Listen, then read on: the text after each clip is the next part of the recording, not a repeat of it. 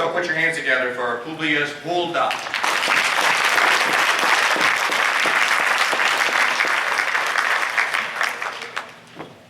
If James Madison were alive today, he would be amazed to see how people who claim to be on our side are misrepresenting what he said in his two major papers on resisting tyranny by the federal government. Law professor Randy Barnett, Robert Levy of the Cato Institute, everyone apparently at Heritage Foundation, David Barton of Wall Builders, Human Events, and Mark Levin all insist that nullification is unlawful, is literally impossible, that only the Supreme Court decides what is unconstitutional, and that James Madison was dead set against nullification. These are the nullification deniers. Their claims have been proven to be false. To persist in their claims is intellectually and morally indefensible. So, why don't they apologize to the public and recant their errors? I suggest they have been saying what we want to hear in order to gain our trust, so that once we trust them, we will accept courses of action which are detrimental to us, such as the Article 5 Convention Mark Levin and others are pushing as the only option left.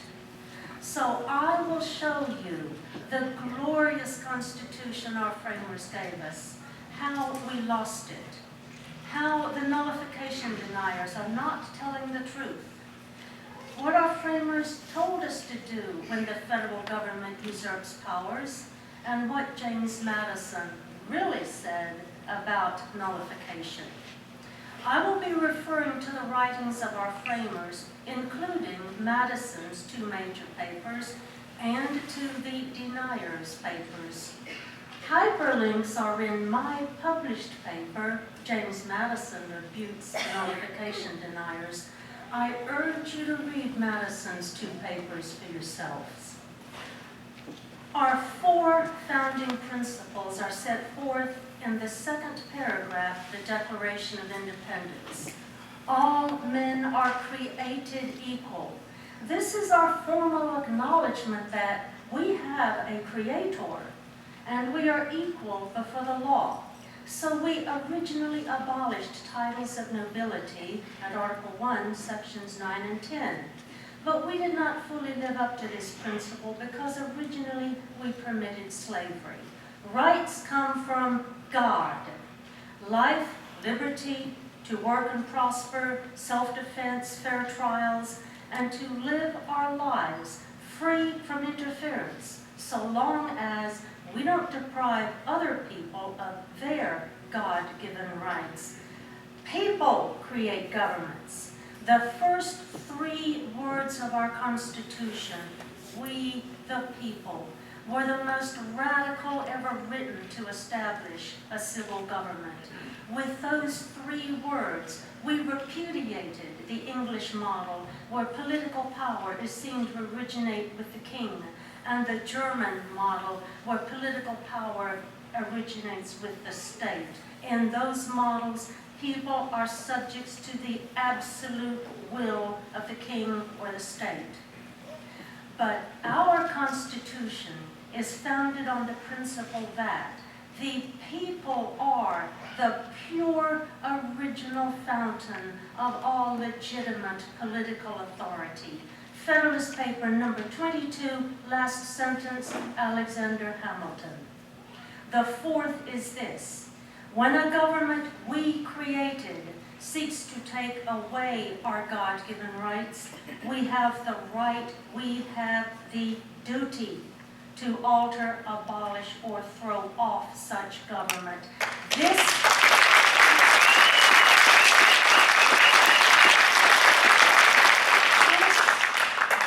is the natural right of self-defense, of nullification. It is a founding principle. The nullification deniers reject these founding principles. They have reverted to the authoritarian German model where the people are subjects of the state and must obey the state, and the ultimate authority in this country is 5 judges on the Supreme Court. Our Constitution implements these founding principles. When we ratified the Constitution, we created the federal government. We are the creators. The federal government is our creature. Creature is the word Hamilton used in Federalist number 33 and Jefferson used in the Kentucky Resolutions, where he wrote that Congress is merely the creature of the compact between the states. We created a federal government, a federation of sovereign states united for limited and enumerated purposes only, with all other powers retained by the states or the people. We have the right to tell our creature what we are authorizing it to do. And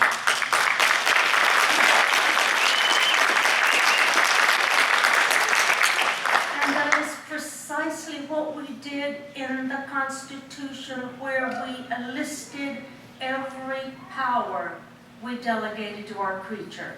It is only with respect to the enumerated powers, those actually listed in the Constitution, that the federal government has lawful authority over the country at large.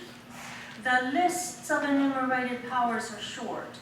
All our Constitution authorizes the federal government to do for the country at large falls into 4 categories: war, international commerce and relations, control immigration and naturalization of new citizens, domestically to create a uniform commercial system, weights and measures, patents and copyrights, money based on gold and silver, bankruptcy laws, mail delivery and some road building, and, with some of the amendments, secure certain civil rights. That's it. All other powers are reserved by the states or the people. 10th Amendment. The federal government secures our God-given rights by exercising the enumerated powers listed in the Constitution. It isn't the federal government's job to secure our God-given rights in all ways, just in the ways appropriate for the national government of a federation. Our rights are to be secured in other ways by the states. The federal government is to secure our right to life by military defense, Article 1, Section 8, Clauses 11 through 16, by prosecuting traitors, Article 3, Section 3.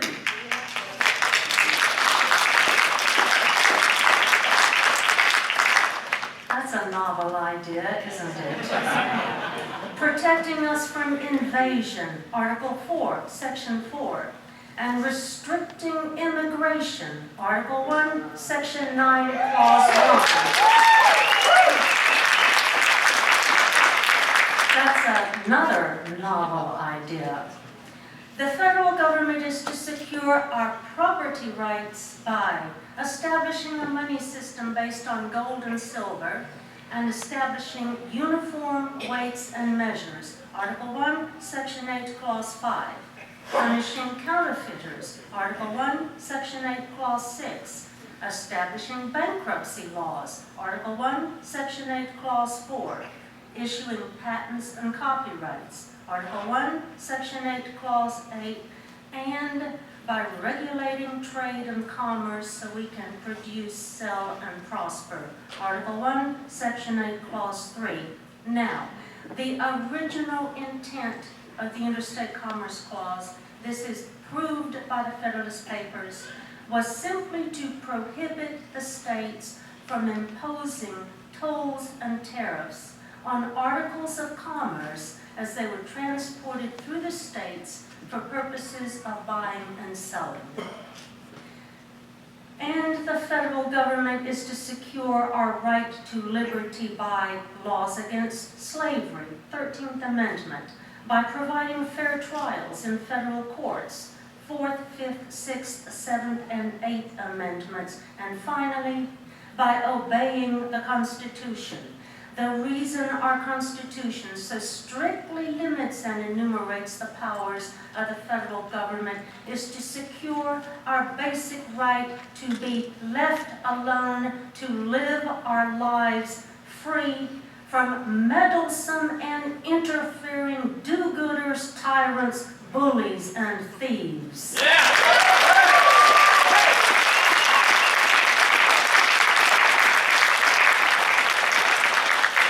So this is how our federal government implements the founding principle that the purpose of civil government is to secure the rights God gave us.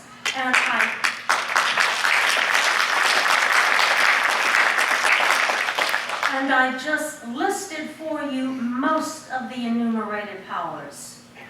When a government merely secures God-given rights, we are never put in conflict with each other. When civil governments, state or federal, do nothing more than protect us from invaders, traitors, pirates, and thieves, the people can live together in peace because no one has his hand in anybody else's pocket.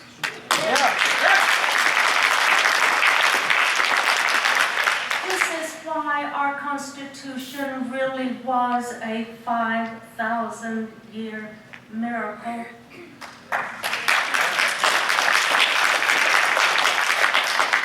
But we let the miracle get perverted. We turned away from our founding principles. We began to pervert the federal government to benefit some at the expense of others.